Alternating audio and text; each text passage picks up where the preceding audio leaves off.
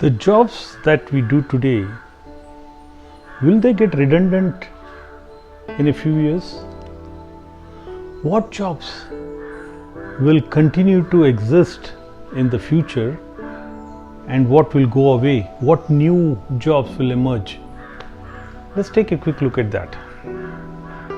And I'm not talking about science fiction, I'm just talking about how technology will impact the jobs of the future. And if you look at examples, I remember in the late from 1995 to 2000 there was this exciting new technology which came, the paging, and at least in India I know it was very exciting. There were 2-3 big companies which emerged, and it changed the landscape of how field work was being done by sales and services. Everything became more efficient. Customers were happy, companies were happy, people were happy. It made life easier, and they employed thousands of people here. They created thousands of jobs. And then overnight, poof, gone, all disappeared. What happened? A new technology came in, the mobile phone. And the mobile phone overnight wiped off the paging technology, made it obsolete. In fact, today's new generation may not even heard of what pagers are and what paging was. The device that we would keep it on our belt holster, they wouldn't have seen it. That's how rapidly things can change when technology drives the change. So what are the technologies that are emerging today which can have an impact on the future? To me, there are 4 big ones. The first one is digital and Internet of Things. Today, almost all the new equipments which are coming out into the market, from a humble switch to air conditioner to large say electrical distribution installations, all come with sensors and IP addresses. They can all talk, they can all be connected. Data shows that today more equipments log on to the internet every day than human beings who are logging on to the internet. Surprising. More equipments log on to the internet today than human beings logging on. So they are talking, they are sending information, and just this is mind-boggling of how big an advantage it is when you continuously keep sending you data. And what happens with the data? Which is where the second thing comes, second big technology, which is artificial intelligence. AI is able to replicate most of the logical thinking of the brain. So take an example of human beings. Almost everyone I see today has wearables on his hand like this watch, and these actually can send out data about you on the net if you allow it. And what data? It can send data about your blood pressure, your blood sugar, your heart, your pulse, your ECG, your oxygen saturation, etc., etc. Everything can go out there, and imagine a large AI tool sitting there in a server which is looking at tons of these data coming, and from your point of view, your data continuously coming in.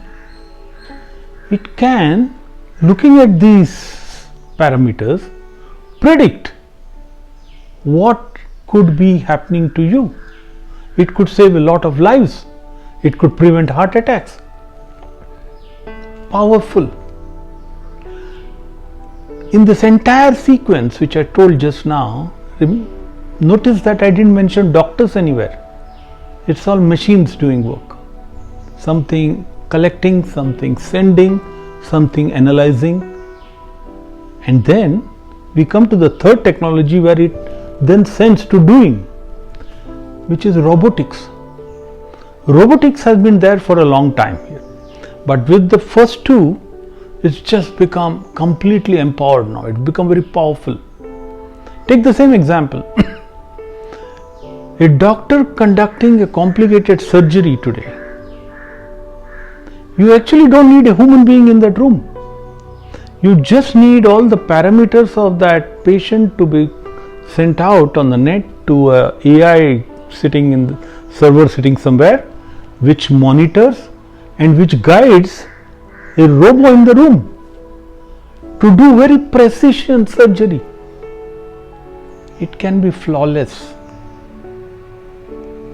Again, no human being involved. It can do it flawlessly. That's the power. The fourth one, which is a very emerging technology, still to develop fully, is the metaverse, but very exciting. It, simply speaking, right now, the way I'm talking to you and you're consuming this on your laptop display, you're watching me and listening to me, I could actually be sitting right beside you in the room, which should be a digital version of me and sitting and talking to you. And then what this can do, the power of this technology we can't even imagine. Of all of us having a digital version somewhere and equipments having a digital version somewhere, the power it gives to do a lot of predictive and actionable things is solid. These are just 4 technologies that we know of right now, and we are talking about the impact of these. So when you look closely, what impact on human beings and the jobs and the work which we do? We as humans use 3 major faculties to do any job that has to be done.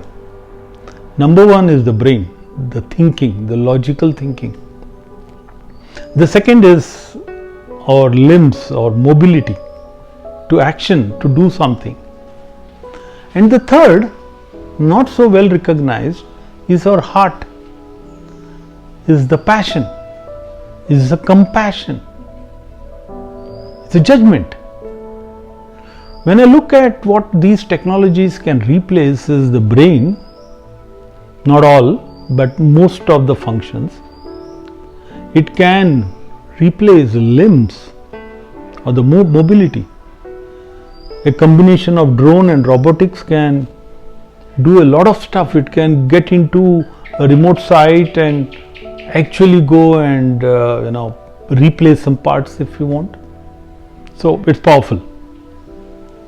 The only thing it can't do is what that humanness part of us, okay, which I said which are called as the heart. So to take concrete examples, a surgeon's role tomorrow or in the maybe next 10 years will not be so important. It won't be a indispensable role, because a combination of AI and robotics and IoT probably can do it very well. But just look at the role of a family doctor. This is the gentleman who knows your family from ages, and at least when I go and meet this person, I feel half of my illness has got solved just by talking to him, okay, without taking medicine. Okay, so there is that role of compassion, of human chemistry which comes in here, which can't be done by any of the technology. Let's take another profession in the medical industry, the nurses. Again, obviously they do some repeatable things like giving injections and bandage, which can be replicated, but the main thing they do is caring. They're called sisters here. That caring cannot be replaced by technology. It can't be done.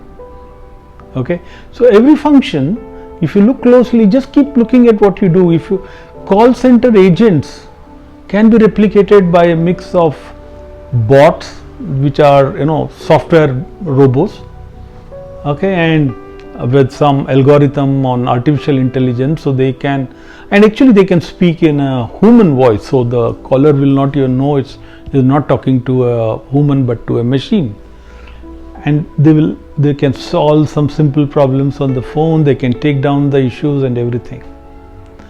But a customer relationship person, that role I don't think can be replaced, because that's where again like I said, the heart comes into play. Relationship need that part, that passion, that compassion to be in play. So take a look at your landscape, see what you think will be the jobs which will be in demand tomorrow and those which may not be. What skills do you have today and how can you grow that to be taking advantage of the future? And lastly, I also would urge you to look at what you do today. Make sure you are using a lot of heart into it and not doing it just mechanically. Bring a lot of passion into what you do today. Bring you into that. Bring compassion into what you do. Bring teams into what you do. Because finally, that's the only thing which machines can't replace. Interesting? Think about it. Till next time, stay unstoppable.